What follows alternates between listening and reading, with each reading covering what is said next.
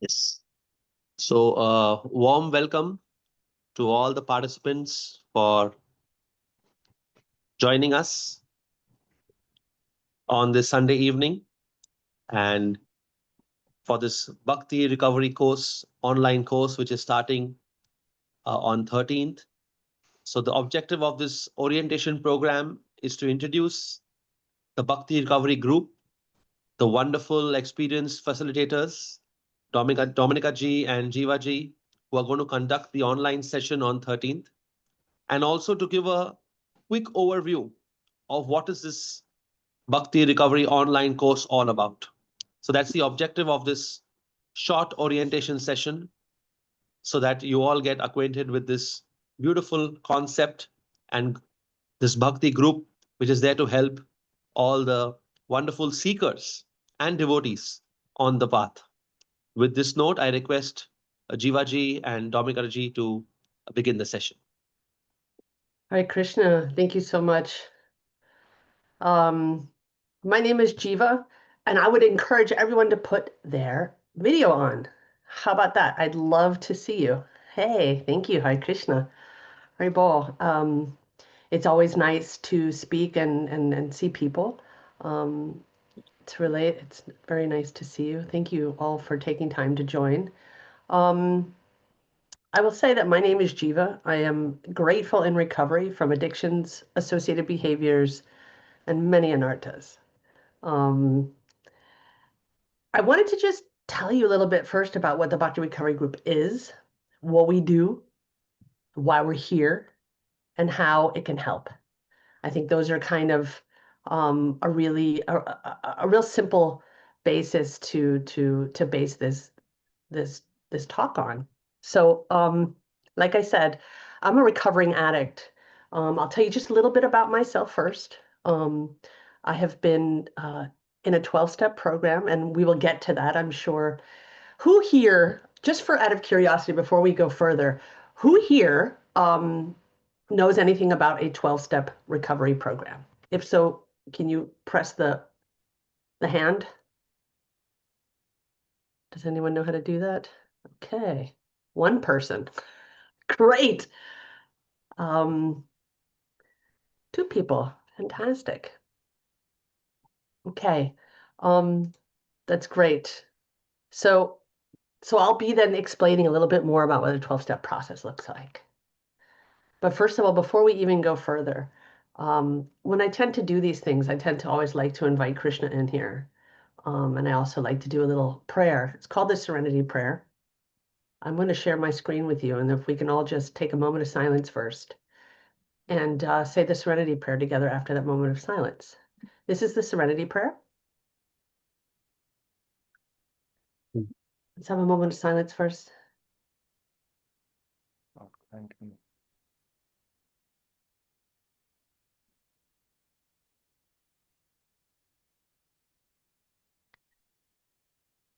God, Krishna, grant me the serenity to accept the things I cannot change, the courage to change the things I can, and the wisdom to know the difference.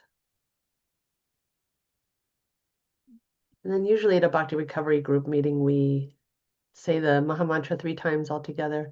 Those who wish to join in, please do. If not, we'll just listen to the vibrations. Hare Krishna, Hare Krishna, Krishna, Krishna Krishna, Hare Rama, Hare Rama, Hare Krishna, Hare Krishna, Krishna Krishna, Krishna, Hare Rama, Hare Rama, Rama Rama, Hare Krishna, Hare Hare Krishna, Krishna, Hare Rama, Hare Rama, Hare Hare. Thank you so much. It's wonderful. Please accept my humble obeisances. All the Vaishnav devotees of the Lord, they can fulfill the desires of everyone just like desire trees. And they're full of compassion for the fallen and conditioned souls. Okay. So we have a couple of people here who know about the 12-step program. I'm going to mute. Amrita, sorry, I will mute you. I think somebody is stuck in the interweb here.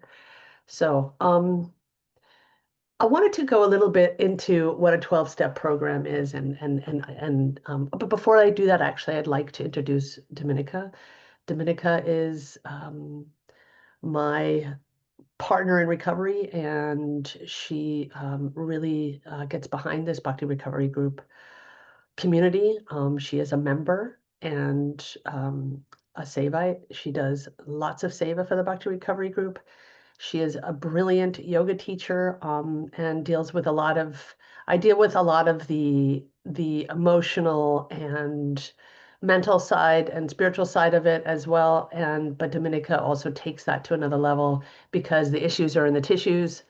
And often when we're doing things, we also have to get it out of the body. So Dominica, do you want to introduce yourself real quick before we? Hare Krishna, everyone. I'm Dominica.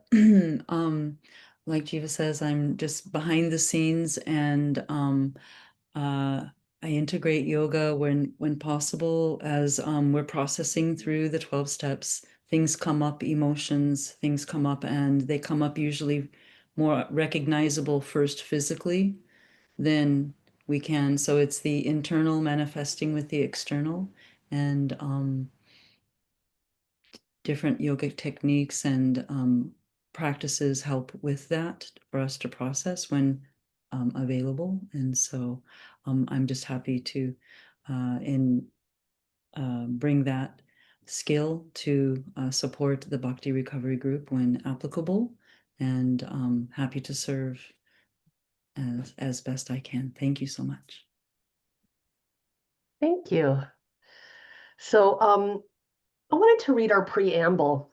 And it's really important. You know, it's no accident that you're here. You're either curious or you might feel that you need some kind of understanding about our position and what does addiction mean? What does associated behavior mean? What is codependency? What's addiction?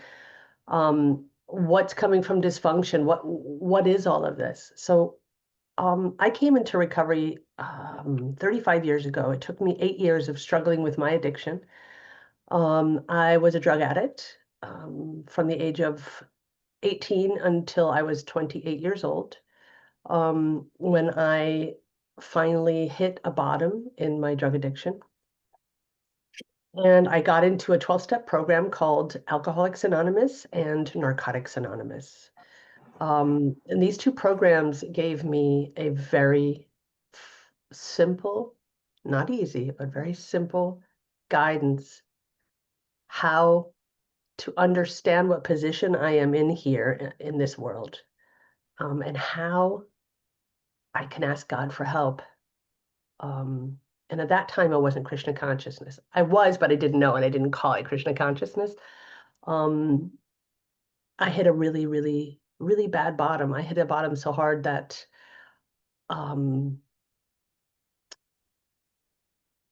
I had to become so willing, as only the dying can be, in order for this program to work for me. That was me and my karma. Every other person has their own path and their own way to get to recovery, to get here. I was of the stubborn type. I had to hit a really bad bottom in order for me to surrender. So the Bhakti Recovery Group, it's an all-inclusive 12-step Bhakti-oriented fellowship, and it brings together people who share their experience, strength, and hope as it relates to finding freedom from various addictions and associated behaviors. So I want to just talk a little bit about what addictions and associated behaviors are. Quite simply, an addiction is some sort of compulsive behavior that we have, and it doesn't matter what it is. If we continue to use against our will, which means we continue to do certain patterns in our lives, and we don't feel like we have a choice anymore, that almost these patterns are making us make decisions against our own better judgment. Associated behaviors include codependency, and codependency is really simple to define, and that is we pretty much, as codependents, we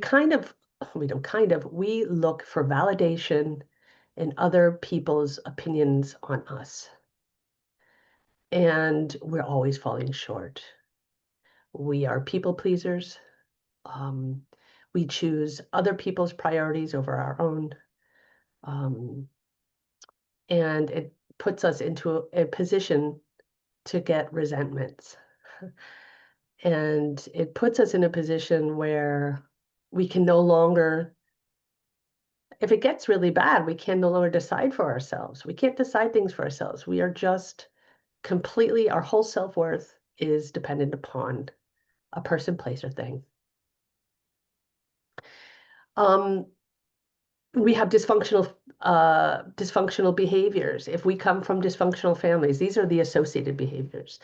If we come from dysfunctional families, if we come from alcoholic families, families that that gave us conditioning that we just can't. We repeat them over and over again. We can't break free of those conditionings. So when we find freedom from these addictions and associated behaviors, and our anarthas, which is really important because we know an anartha is just an unwanted behavior that gets in the way of Krishna consciousness. It's really just that simple. An anartha is something that gets in the way of our Krishna consciousness, and it becomes so pesky, some of our anarthas, that we just grapple with them and we don't know how to stop it, whether that's alcohol, drugs, sex addiction, pornography, whether it's codependency, whether it's compulsive behavior, whether it's overeating, undereating, whatever it is, we've got this huge thing. And the thing is, what people don't quite understand about a 12-step program is in the first step, and we will get to that, it says that we admit that we are powerless over our addictions, anarthas, and associated behaviors, and that our lives had become unmanageable.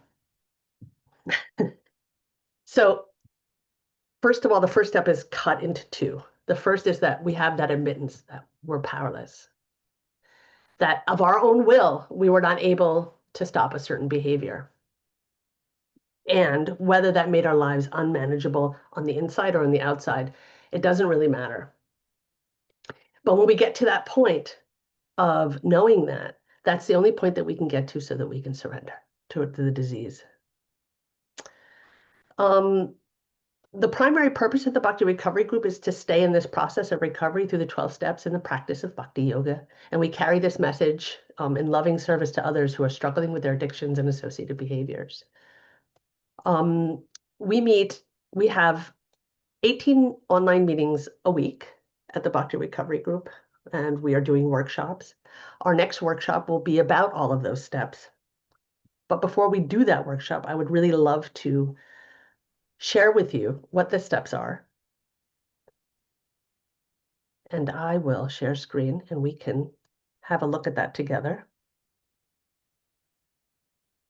And I'll go through the steps one by one with everything.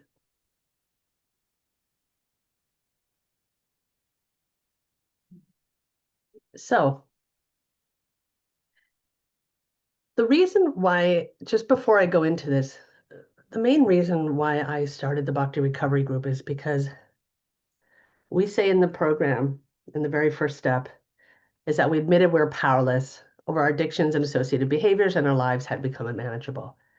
Now, the thing that I realized the longer that I got into a 12-step program is that any addiction, if it's alcohol or drugs, any of those things, that was not the problem. That was not the problem. That was the solution. It doesn't say in any of these following steps anything about drugs, alcohol, sex. This is about how to connect to Krishna and what we need to do to cleanse ourselves, to keep our side of the street clean, to take responsibility for our side. So it's quite a miracle. It is almost, if we look at it this way, when I found Krishna consciousness about 10 years ago, I realized that the 12-step process mirrored the Battle of Kurukshetra. It mirrored it. It mirrored that purification process from when I first read the Bhagavad Gita, I thought, oh my gosh, this is the 12 steps, or the 12 steps is this process relatable to myself and anyone else who's stuck in this material world. So the Bhakti Recovery Group, I'm going to read this now. This is how it works, and we read this at every meeting before. The Bhakti Recovery Group leads the way into a newfound life. These 12 steps are the foundation of our program. Our experience shows that when we work these steps with a sponsor, and let me explain to you what a sponsor is. It's sort of like a mentor, somebody who has worked the steps, who have been in the program, who has stayed abstinent from whatever it is that they're abstinent from, and that can just show you how they worked this program. We come to meetings on a regular basis and we help others who are struggling. When we do this, we do recover. We ask Krishna to fully surrender. We ask Krishna to help us fully surrender to him through this program and practice these principles in all of our affairs. So like I said, the first step is the only step here that we admit anything, or we talk anything about addictions, associated behaviors. So whether our life, like my life, became completely, it was so abundantly clear to me that my life was completely unmanageable. I was a street drug addict. I got clean and sober in 1997 on March 2nd. I was homeless. I was homeless. I was broken. It was late February in Berlin, and I realized it was the middle of the night. It was cold. I didn't have a jacket.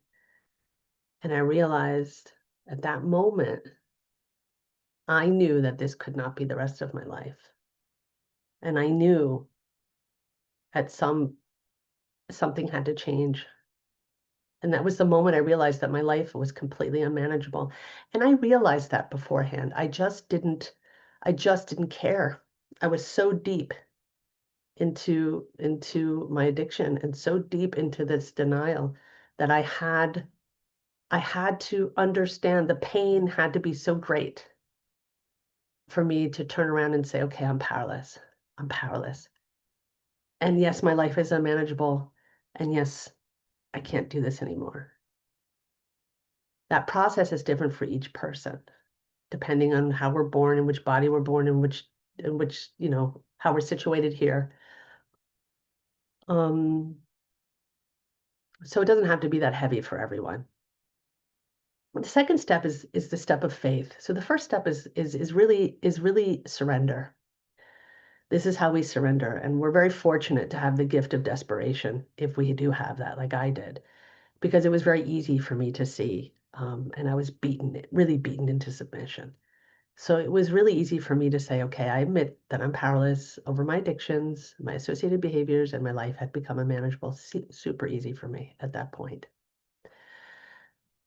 We get to the second step, and this is really a step of faith. Once we admit that we're powerless, once we're beaten into submission, once we realize that, and we realize that our lives is unmanageable, what do we do now? What do we do now? Well, we turn around, we run out of that burning building. Well, where do we go? We start to believe that Krishna, a power greater than ourselves, can restore us to sanity. For me, that was very clear.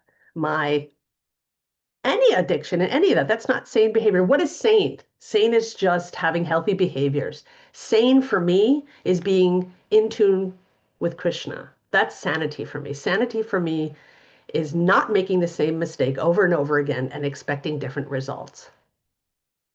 The definition of insanity is making those same mistakes over and over again and expecting different results. So when I came to believe that a power greater than myself could restore me to sanity, this was for me a burning bush.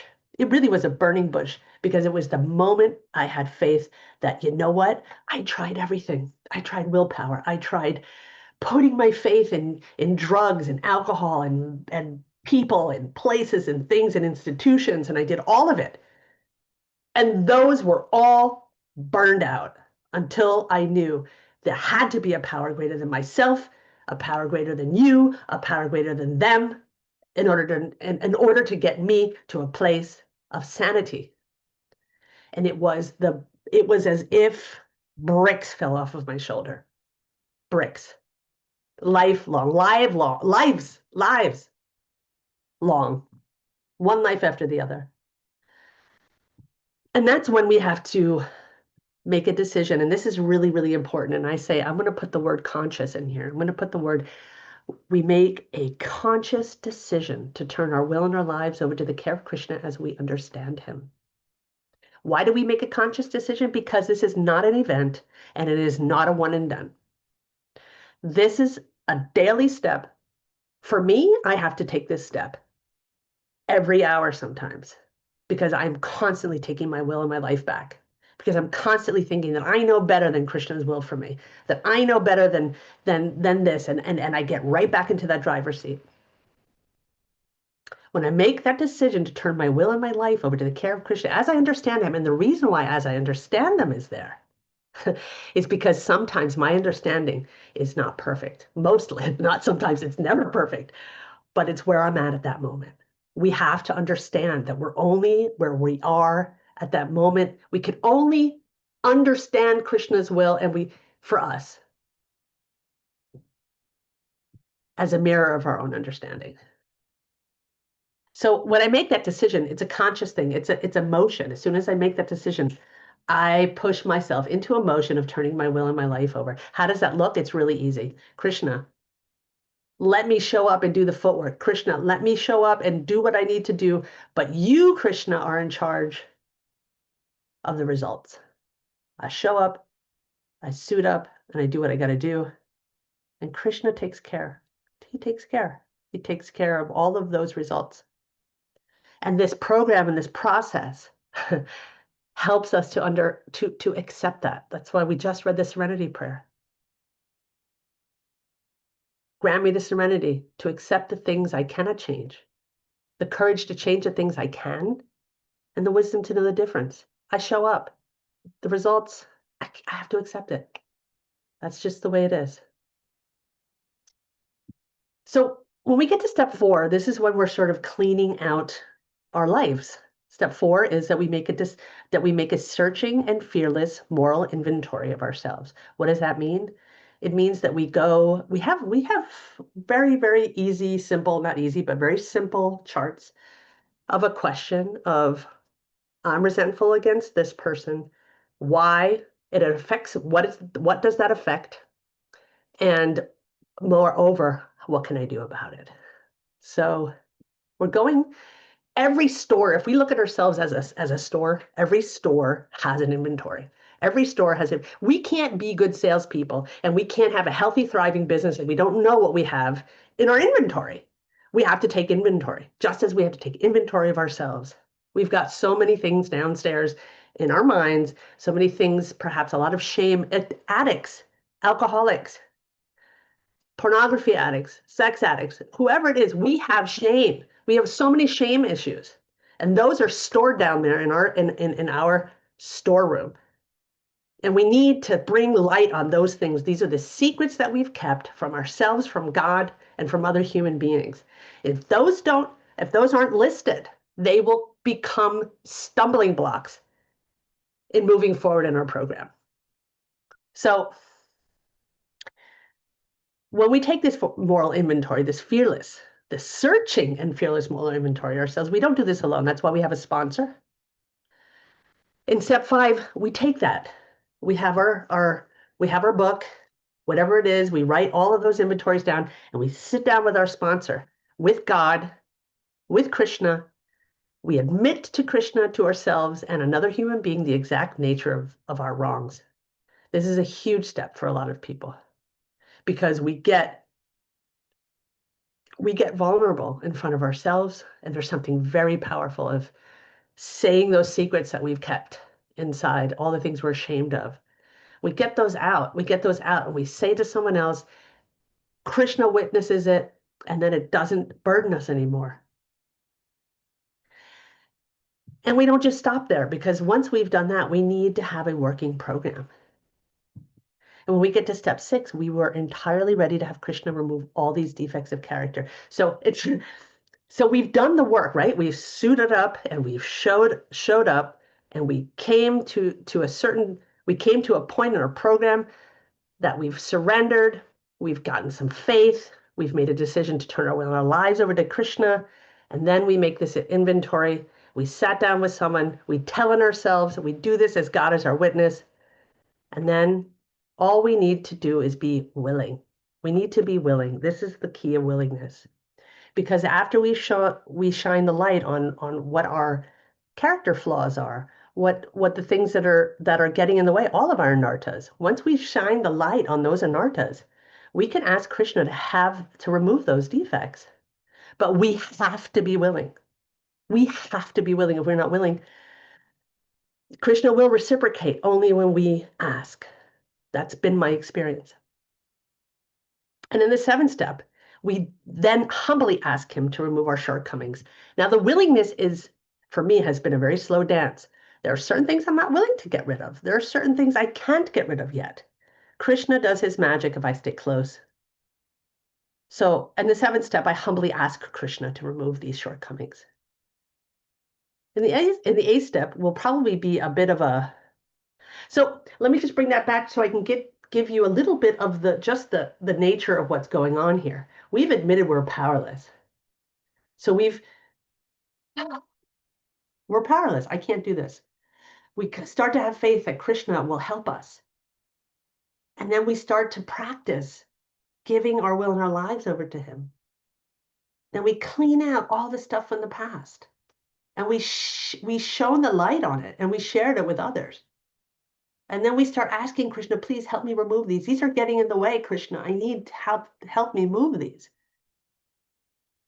When we make a list of the eighth step, now that we've done all that, we're seeing all these things, and we have the help of our sponsor and the help of the meetings and the help of the fellow people in recovery.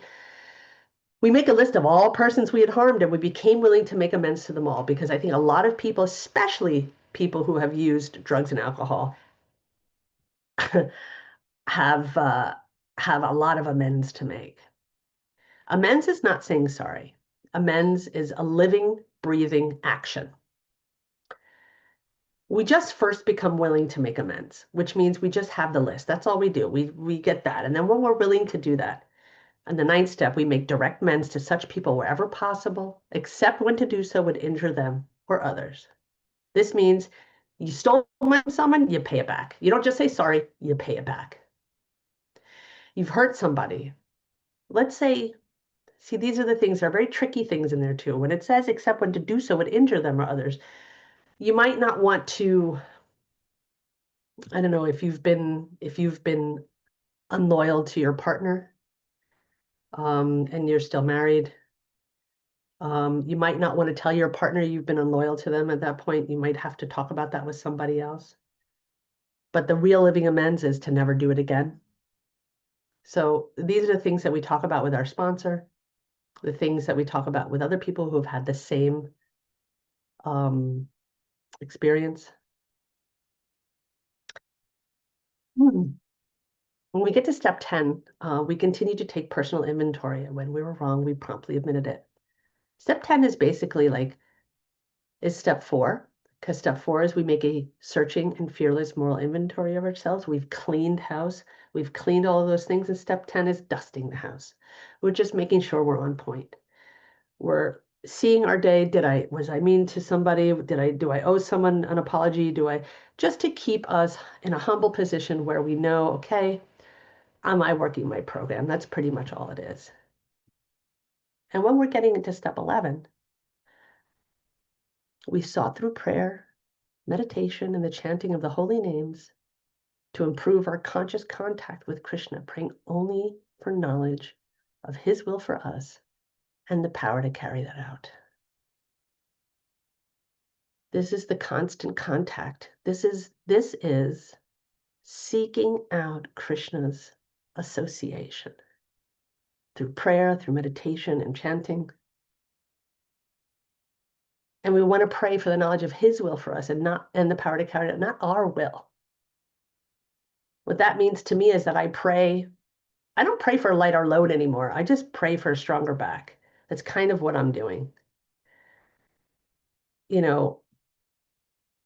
when I live in that step, that's the step I want to live in. That's the step that I like to be in because it keeps me close, keeps me close to God. And the 12th step is having had a spiritual awakening as a result of these steps, we tried to carry this message to those seeking recovery and to practice these principles in all of our affairs.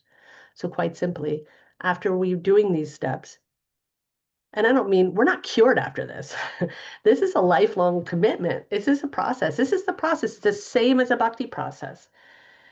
We don't just read the Gita and then just say, I've read the Gita, now I'm Krishna conscious, and then never read it again. It's the same with the program. We don't just do the steps and leave it again. We do the steps and we live in the steps. We walk the walk. We walk this walk. And it's service. So we continue cleaning that house in step 10. And step 11, we seek the association of Krishna constantly on a daily basis. And then we give it away because we can't keep what we have if we don't give it away. This program is reciprocal. This program is something that we do, we learn, we survive, and we give that knowledge to others. So I'm going to read the rest of this, and then what I would really like to do is sort of open it up for some questions about it. I'm going to read this. Honesty, open-mindedness, and willingness are all we need. We must remember that many of us have spent most of our lives trapped in various addictions to drugs, alcohol, sex, love, codependency, eating disorders, gambling, shopping, working, and other dysfunctional behaviors. So we beg of you to be fearless from the very start. Our lives didn't become unmanageable overnight, so remember that we practice these principles in our daily lives. With patience and humility, we allow the process of Bhakti 12-step recovery to guide us into this new way of life. We have taken birth in this age of Kali Yuga, an age of quarrel and hypocrisy. Therefore, we're prone to the never-ending pursuit of material sense enjoyment in its extreme. Bound and blinded by Maya, we ran around life trying to fill that God-sized hole with material sense enjoyment. We used people, places, and things, but nothing seemed to work. Repeatedly stuck in the cycle of insanity and expecting different results, but the results were always the same. Pain, devastation, and for some of us, even death. Many of us are practicing bhakti yogis involved in temple communities. Some of us may be reluctant to share that we struggle with addictions or associated behaviors. The Bhakti Recovery Group is a safe, anonymous space for sharing honestly. Sharing in confidence is vital for our spiritual growth. We are born in this body with this diseased condition. This may be our karma, but with these simple tools, we are now able to take responsibility for our recovery. Step by step, we move towards living in spiritual solutions and move away from the shame and blame of our past. By working these steps and practicing bhakti devotion, we become grateful, and slowly the veil of Maya lifts. Our outlook on life changes. We come to know that everything is by Krishna's arrangement, and in gratitude, we begin to know a life free from the bondage of the false self. So keep coming back and don't leave before the miracle happens. All right, so what I'm going to do is I'm going to copy paste this into our chat. And I would really like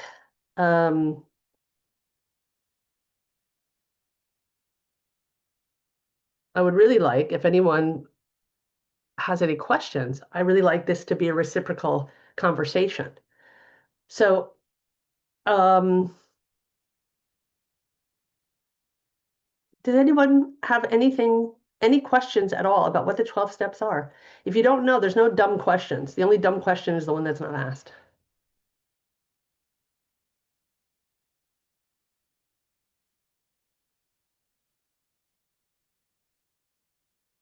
Hare Krishna, Mataji Srivastava Prabhudas. Can you hear Hi, me? Krishna. I hear you now. Okay. Haribol. Hare Krishna. Thank you so much for this nice presentation you gave us. Thank you.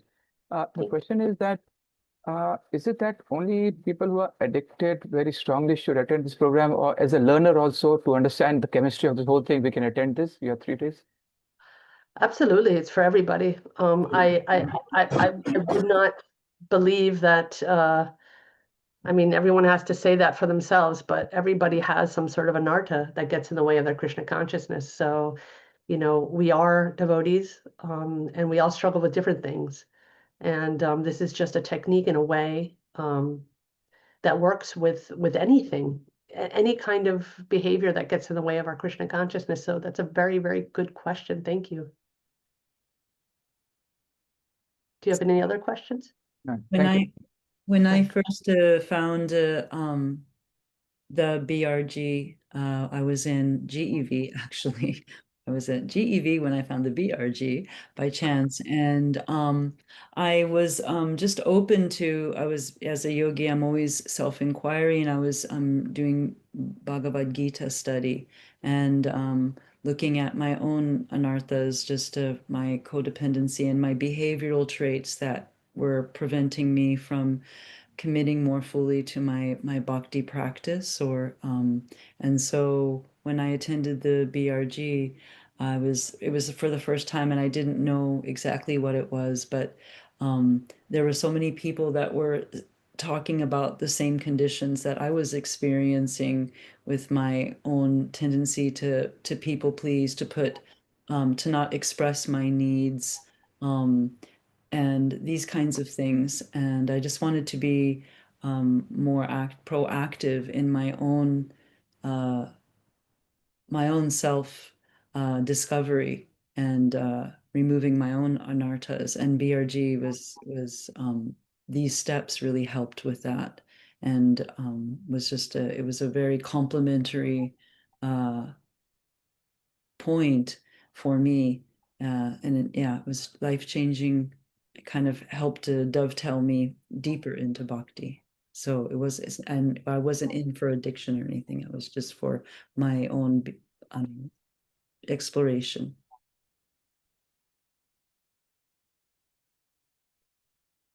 Is there anyone here in this room who can say they have no anarthas? Please unmute if you don't. I'd love to hear it.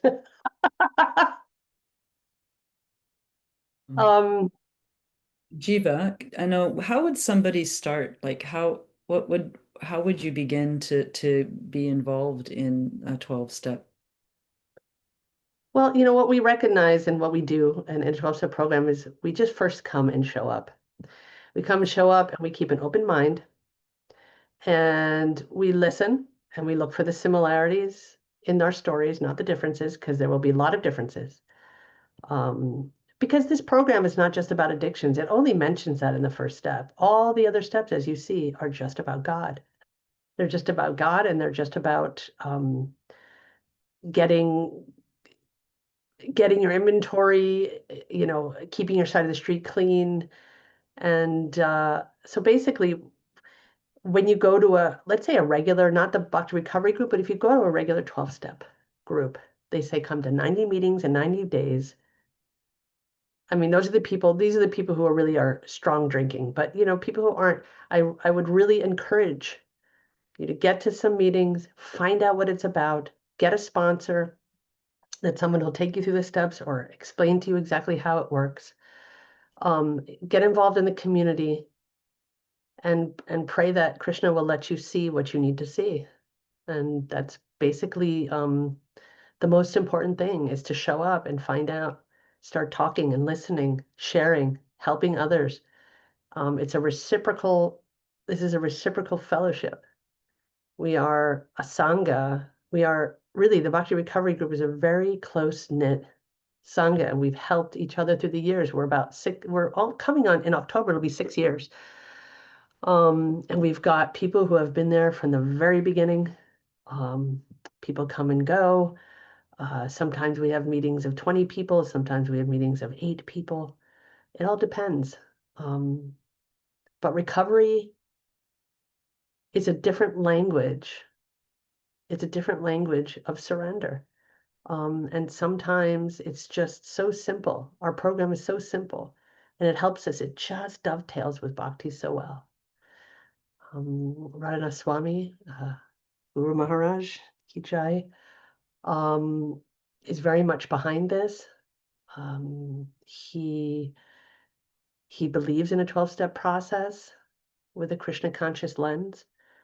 And, you know, in the workshop that's going to come up, we will be going through those steps one by one, and we're talking about those.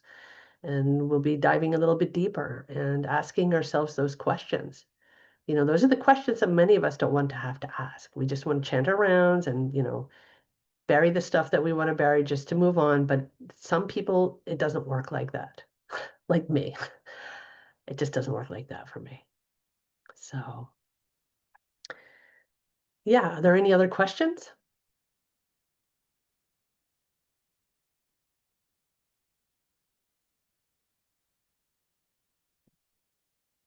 Hold on, let me see that question. It says, for the 3-day course being offered, it is more educational and will we get to have a sponsor during the 3 days? Or does this serve as a gateway to border meetings and processes?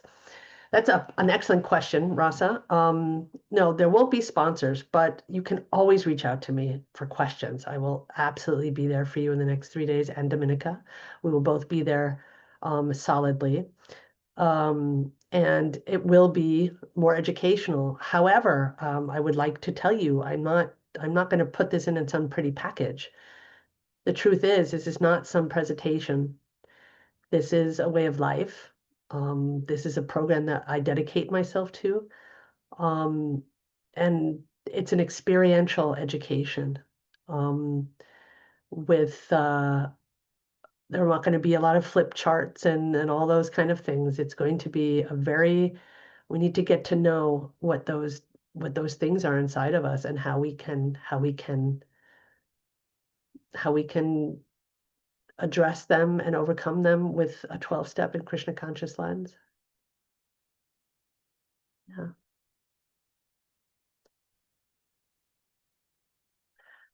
Hare Krishna. Sorry, can I ask one more question? Yes. Absolutely, please do. Sorry, the last 1-2 minutes, my internet was down. I didn't hear you. But Mate, like when you're talking of anarthas, obviously not all the practicing sadhanas would be addicted to drugs or something of that in a very intense way. But we all understand we have all the 6 anarthas, thus greed, envy, pride, in that. So from that angle, all of we sadhakas have that anartha. So from that point of view, basically every devotee should be, I'm like, will be encouraged to attend your program. Yes, very much so. Very much so. There's not going to be much talk of drugs and alcohol. I just wanted to tell you what my story was, but there's not much anything about alcohol and drugs. It's generally mostly about a way to get to those anarthas and those associated behaviors. You know, just being in Kali Yuga is, you know, we're all in this together. It's a form of a lifeboat, actually. And if people are very serious about about Krishna consciousness and have found that what they're doing isn't working for them anymore, and sometimes we need some new tools, and this is an amazing opportunity to do that. It's a language that perhaps isn't maybe known in the Indian community yet, but you know, a 12-step program has existed since 1935, started in Ohio in America from Bill Williams. And Dr. Bob, 2 amazing people who started a 12-step program. And yeah, so this is what's going to be, it's going to be offered as all-inclusive. It is all-inclusive. You don't have to be an addict. You don't have to be an alcoholic, but you don't even have to be a codependent. I mean, I've got all the books. I've done the steps. I've been in it for 35 years, and I realize that any drug or alcohol or anything that we do, whether it's gambling, whether it's overspending, whether it's whatever it is, any of those things, that's the solution of trying to fill the God-sized hole. That was our solution, not our problem. That was our solution. And we realized at some point that solution doesn't work for us. So. Mataji, sorry, my internet was a little problem. The last 2-3 minutes, I didn't hear you. Can you just in half a minute just summarize my answer? Sorry, Mataji. Absolutely no problem. I encourage everyone to come. This is an all-inclusive program. This is for anybody who has anything that gets in the way of their Krishna consciousness. It is so very important to realize that all of these things, and I'm going to say it again, drugs, alcohol, all of those things, those are but a symptom of what of the real condition that we're in. Our conditionings are here, and we filled those empty parts in us with people, places, and things, whatever it is. Anything but me and anything but Krishna. That's what got me to the point of wanting to get better. So that's what I was saying.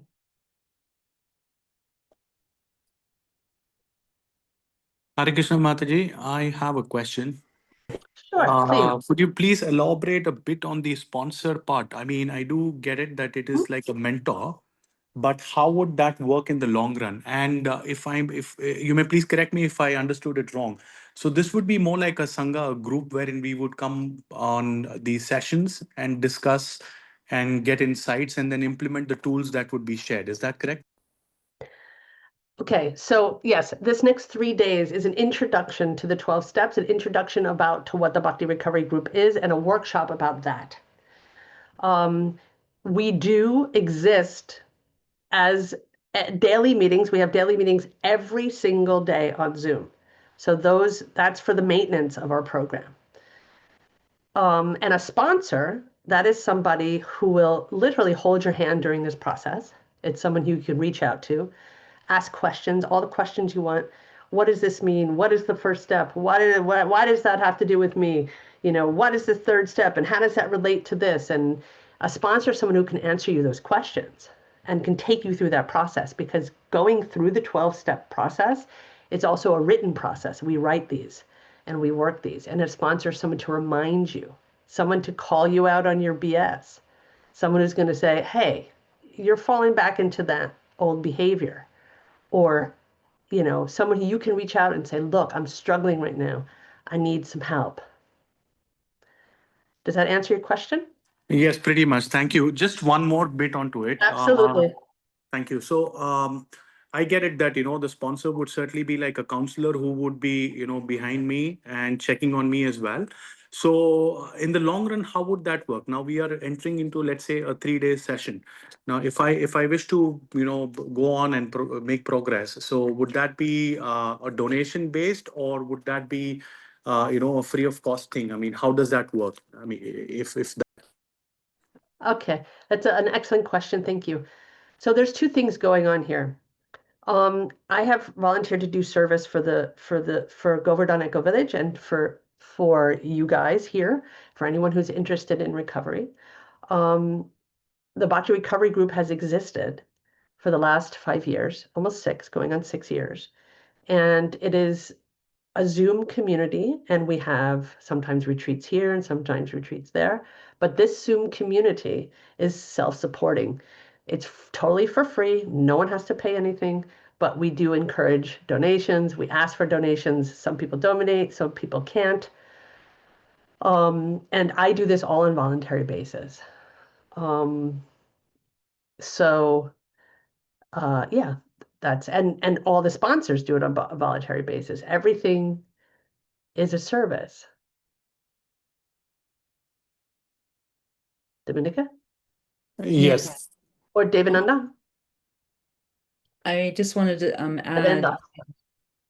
I wanted to add that the working of the steps, it sounds like short and simple, but it's a process. It takes time. You have to read the material, go through, you have to inquire of yourself. It's inward work. It's simple, but it's not easy, and each person takes the time that it takes for them, depending on what your anarthas are for you. And but it's a process, not an event. It's not an event, it's a process. And you don't have to rush through it. I mean, some people do the steps within a month. I don't know anyone who did that, but like some people do it in a few months. Some people take a couple of years. Some people do a step a year. I've heard that too. It all depends. It depends. Devendra, Anant? Yes, understood, Mataji. Thank you so much. This gives me more insight. Yes, you're very welcome. You can go to our website. That's would you type that in, Dominica? Yes, I put it in the chat. It's the meeting list is there. So if you're interested in going to a meeting, is there. And another point is that Jivaji does a podcast, which is also very inspirational. The Bhakti Recovery Group, that's also on the website, and I'm putting the link here as well. She does a once a week shorty, which for recovery, and deals with various topics of recovery in that podcast. Oh yeah, thank you. I forgot to mention that. That's just something that can help you understand what we're doing here. So even if you're not willing, and if you're just curious, just come. It's when I say like you have to commit and all of this stuff, first you got to find out if you even want to. Some people, say, oh my goodness, like I don't, this is not the way for everyone. But I can tell you, anyone who chooses this way, I have seen people's lives change. My life changed. Dominica's life changed. My life changed from a hopeless wreck of a human being to a contributing member of society, to a mother, and to actually somebody who just wants to stay close to Krishna and be in Krishna consciousness and stay clean and sober for the rest of my life. And when I say clean and sober, I don't mean clean and sober just from drugs and alcohol. I mean clean and sober from anarthas and associated behaviors. Yeah. We've got 4 more minutes. I know that there's one more question in there. I couldn't have explained it that well. You guys have to have some sort of question. Actually, I have one question. Thank you. What is Yeah. that? So what if someone is not having so much faith in God? So how do we go about counseling him? Because in the processes, there seems to be a pre-assumption faith in the higher power. Mm-hmm. So sometimes the current generation, even in India, the holy land of India, he could not have so much faith in God. That's a wonderful, wonderful, absolutely great question. Sometimes faith, if we just want to have faith, maybe we just want to, and if we're willing, we could even pray just to have faith. If we want to have faith, and we want to have faith that we want to have faith, and we have faith that we want to have faith to have faith, it doesn't matter. The thing is once you start working this program, miracles happen. I promise you that. Nobody fails at this program if we honestly want it. So, the thing is, for me, and this is the thing, did I have faith? I had no faith. I had no faith in any person, any place, or anything. I was put in a corner where I had to have faith in something bigger than myself, and that was God. That was my story. But I know other people's story who faith comes in a slow dance. The willingness to show up, the willingness to do the program. At some point, our attitude and our outlook on life changes. It changes. The way we see things change.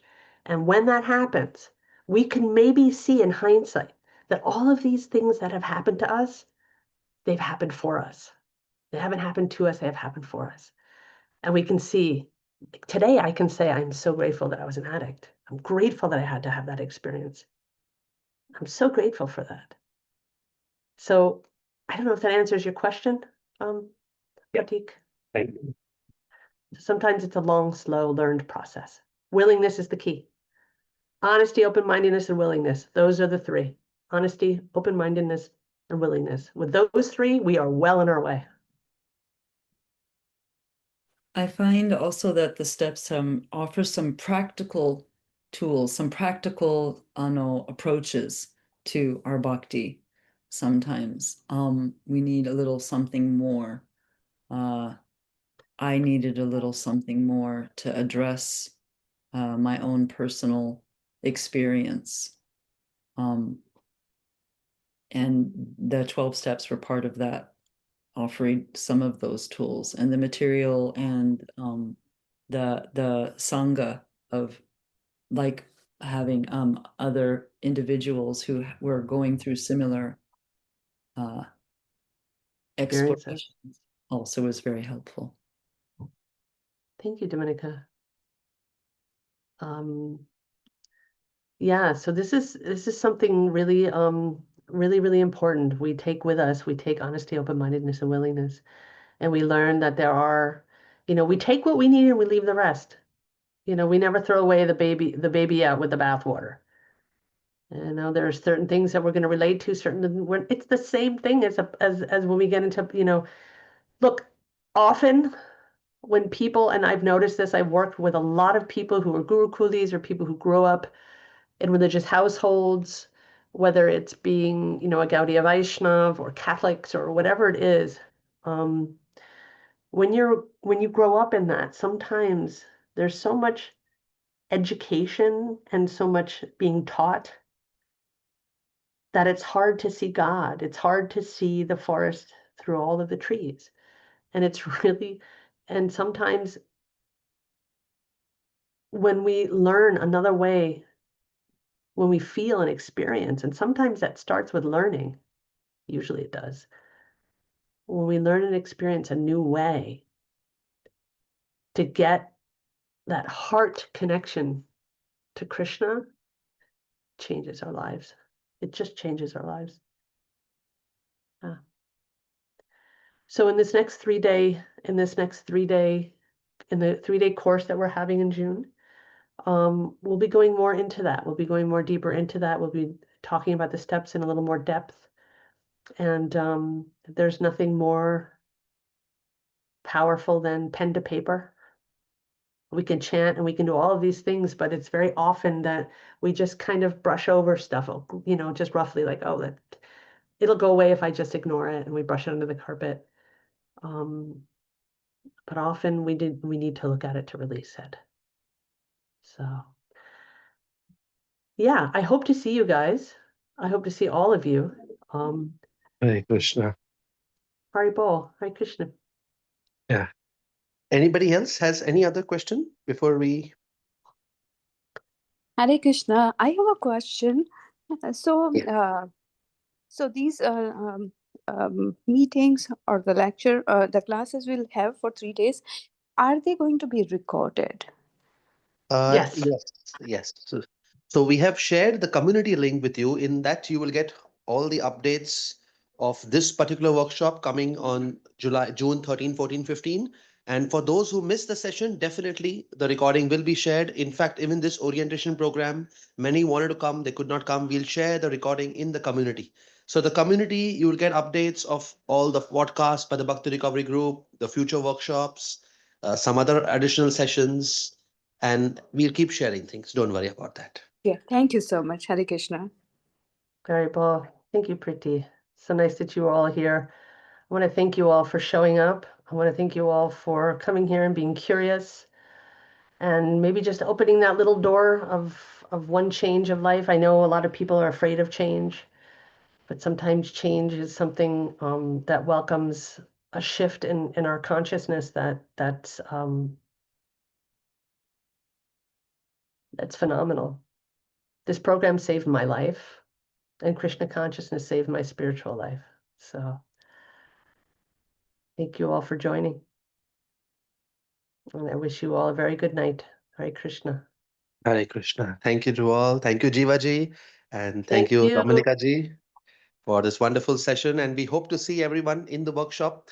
Please do share the message with others as well, as we have just starting to share the awareness. We require everyone's help to spread this awareness. And after hearing this talk, I also feel that all the Indian parents need to attend this to help the children to overcome the social media addiction and so many more addictions this post-corona era. I didn't You know? even mention this the social media addiction. That's a huge one. And gaming. I've got a lot That of is by gamers. default in everyone in Kali Yuga. Exactly. It's very nice. And I also want to end on this note that, the wonderful disciples of Radhanath Maharaj, and Radhanath Maharaj actually gave a beautiful talk in the Alcohol Anonymous over this 12-step addiction program, and they beautifully incorporated the teachings of the Bhakti literatures and presenting it beautifully so relevant for people who are having anarthas, addictions, and this is all the more need now, especially in this age. Hare Krishna. So I request everyone to join, and thank you all for joining the session. Hare Krishna. Hare Paul, thank you. Hare Krishna. Hare Krishna. Thank you. Thank you. Hare Krishna. Hare Krishna. Krishna.